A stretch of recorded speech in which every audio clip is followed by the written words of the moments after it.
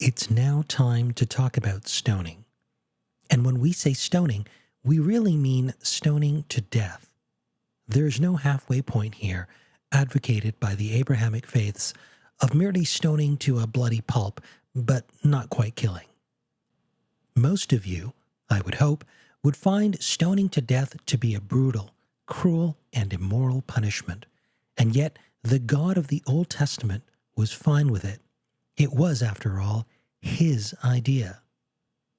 As Muslims, you too are raised to believe that Allah, at one time, did find stoning people to death acceptable. But you'll happily criticize ISIS as un-Islamic when they stone people, since that doesn't fit your narrative of what Islam should be or what can ever be justified by a God. Does that sound right? Please do think about this and whether you're being consistent. And before any of you Ahmadi Muslims especially chime in with the retort that the Quran only advocates for lashes in cases of fornication and adultery and doesn't condone stoning, please remember that from your own Ahmadi Muslim theology, you implicitly accept that Muhammad followed the Mosaic law of stoning people to death before the Quranic verse on lashings was revealed. So it's not in the Quran, but it is something that your prophet carried out.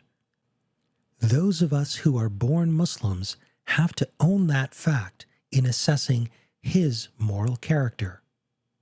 Of course, you can be an Ahmadi Muslim who believes that stoning to death was never right and just reject that part of your religion. But in doing so, you're rejecting the prophethood of Muhammad by the very act of disagreeing with something he did. You're also demonstrating that you have a greater sense of morality than Allah, whom you've been taught to worship. This is a good thing. Hold on to that inner moral compass, and welcome to the journey of questioning and of thinking for yourself. Some of you, however, will still be in denial about Ahmadiyya Islam, supporting the view that Prophet Muhammad had actually stoned people to death. But it's not just Orthodox Muslims who believe this from Islam's earliest source material. So let's take a look at some Ahmadi Muslim literature together. I'm going to show you that Ahmadiyyat, in no uncertain terms, admits that Prophet Muhammad had people stoned to death. First, we'll go to the official website of the Ahmadiyya Muslim Jamaat and look for an article by Sir Chaudhry Muhammad Zufrullah Khan. It's called Islamic Concept of the State. If we scroll down to near the very end, we come across this paragraph.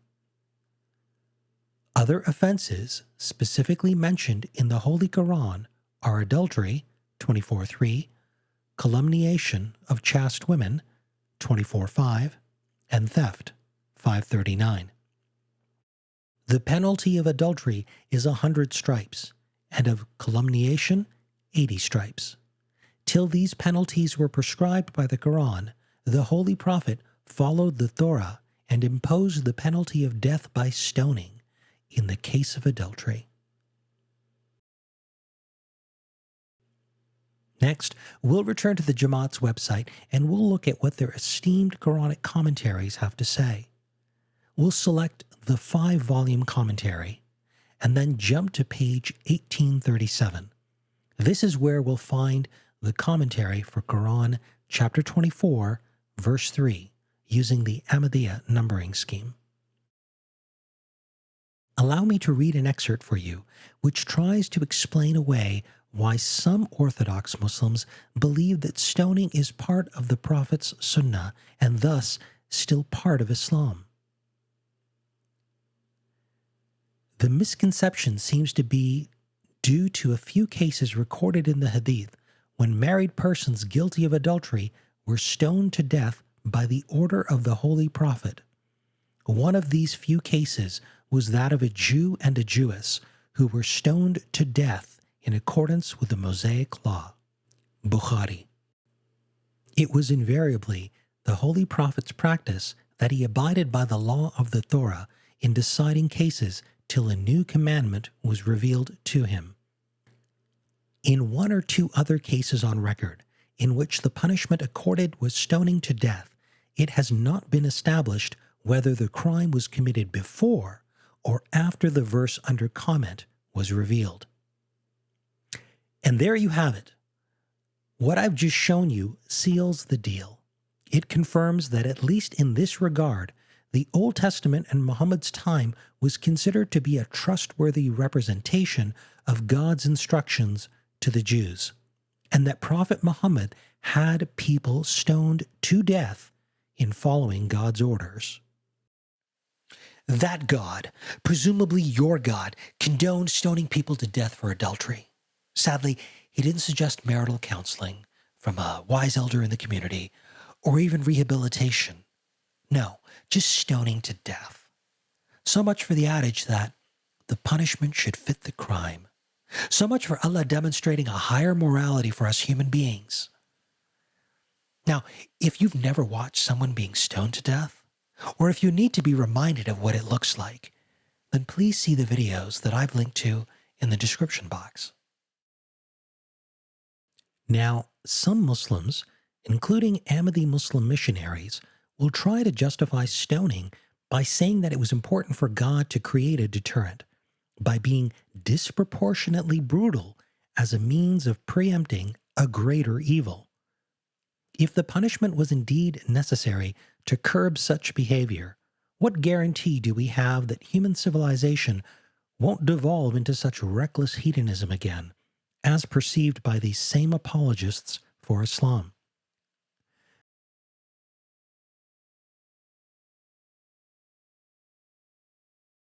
Put your believer cap on and consider this scenario.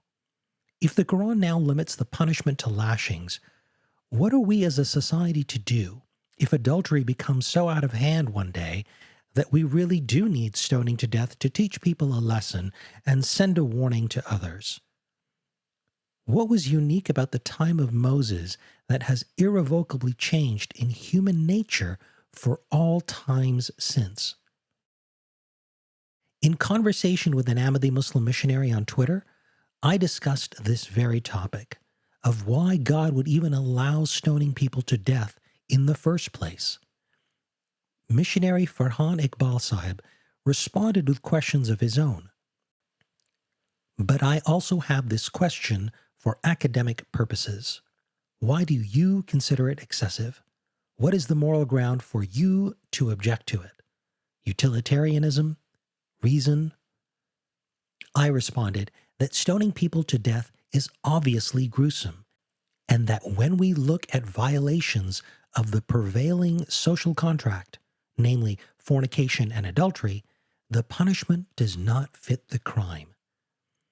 The missionary's response relayed that he believed stoning adulterers to death was to prevent the spread of immorality and promiscuity in ancient societies, and that such a harsh punishment saved entire generations from harm.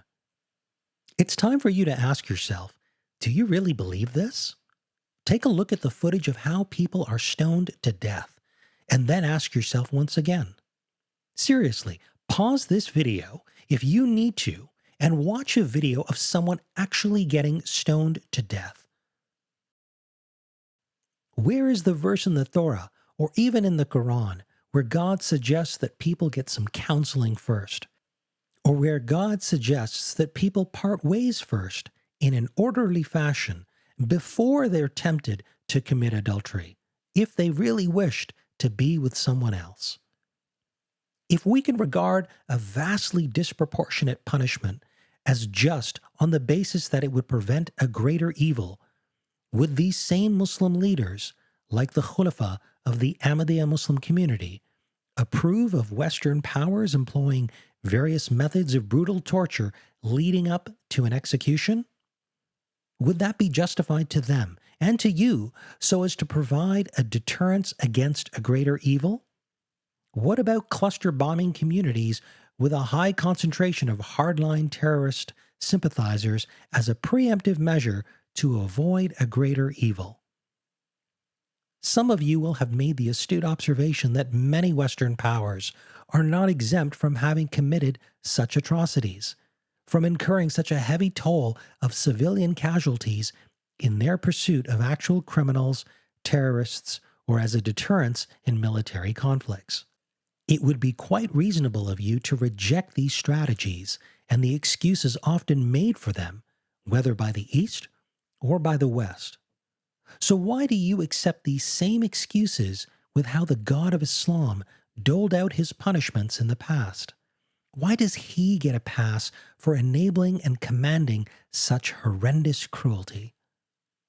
Think about the many human rights activists who often march with Muslims and campaign against torture. Consider also that the Universal Declaration of Human Rights explicitly condemns torture. Now go look for a statement in the Quran that explicitly condemns torture, be it for the extraction of information or as part of a legitimate punishment meted out to other human beings. Tell me when you find such instruction in a verse of the Quran. Remember, mental gymnastics and Quranic commentaries don't count. Spin is not scripture. Here's a short Twitter conversation with an Ahmadi Muslim. Pause the video if you'd like to read it in full. Most Muslim apologists want to condemn torture, but they'll gladly and narrowly define torture as pain and cruelty inflicted solely for the extraction of information. That, in their eyes, is morally reprehensible. But they have no leg to stand on when we point out that the Quran spells out and allows for the use of punishments like crucifixion. The crux of humanity's justified revulsion to torture does not revolve around whether information extraction is or is not part of the equation. It's the drawn-out process of agonizing pain to which we object. By Islamic apologist logic, cruel and unusual punishment is only wrong if you're also trying to extract information from someone, but it's otherwise morally justified if you're simply administering punishment for a crime. So it's not okay to crucify a criminal to extract information, but it is okay to crucify them as a straight-up punishment for a crime? To be fair, our Ahmadi Muslim interlocutor here, condemning torture in the pursuit of extracting information, at the time of this recording, hadn't responded to my last tweet about information extraction not being the aspect of torture that most of us find repulsive. But even as intelligent and as witty as many Islamic apologists can be, what justifications can one possibly bring to bear on this selective outrage? Further, one should note that Article 1 of the United Nations Convention Against Torture and Other Cruel, Inhuman, or Degrading Treatment or Punishment, in classifying torture, does not limit its definition exclusively to the pursuit of information. The UN includes in their definition of torture any act by which severe pain or suffering, whether physical or mental, is intentionally inflicted. By this benchmark, the punishment of crucifixion, as given by Allah in Quran 533, violates the UN Convention Against Torture.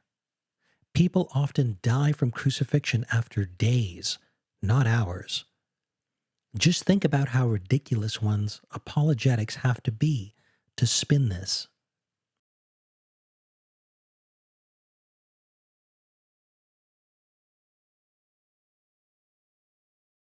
Now, if you think that all will be made up for in the next life, and that therefore it's okay for God to take human lives and command such disproportionate punishments,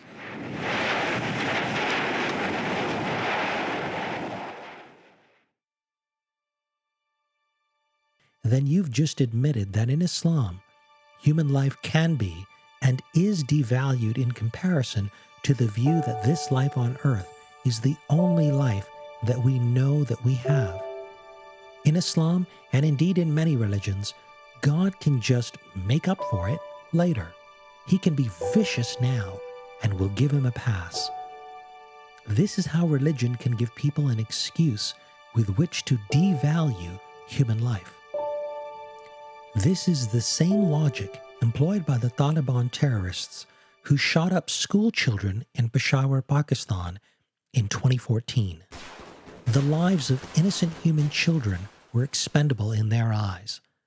In the minds of these Taliban terrorists, the children were getting an express pass to heaven, to a better life in the hereafter. At its foundation, it's the same twisted logic that devalues our human lives on earth.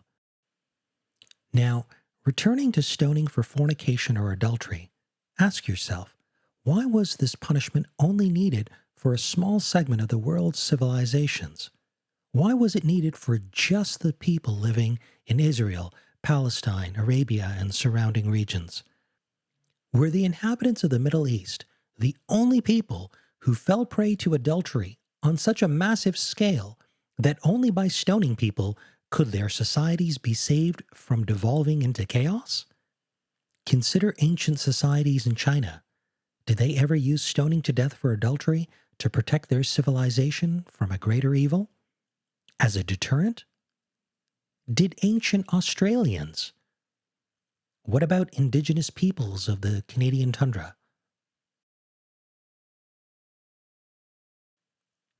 To be sure, adultery is vile. It breaks a trust. It can ruin families. But death? Do you really think that these people deserved to die?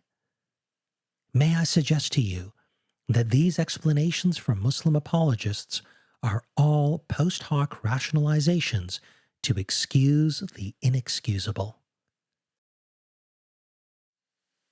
To be clear, I don't believe these disproportionate, life-ending punishments are morally justified under the excuse that they are simply deterrents against greater evils.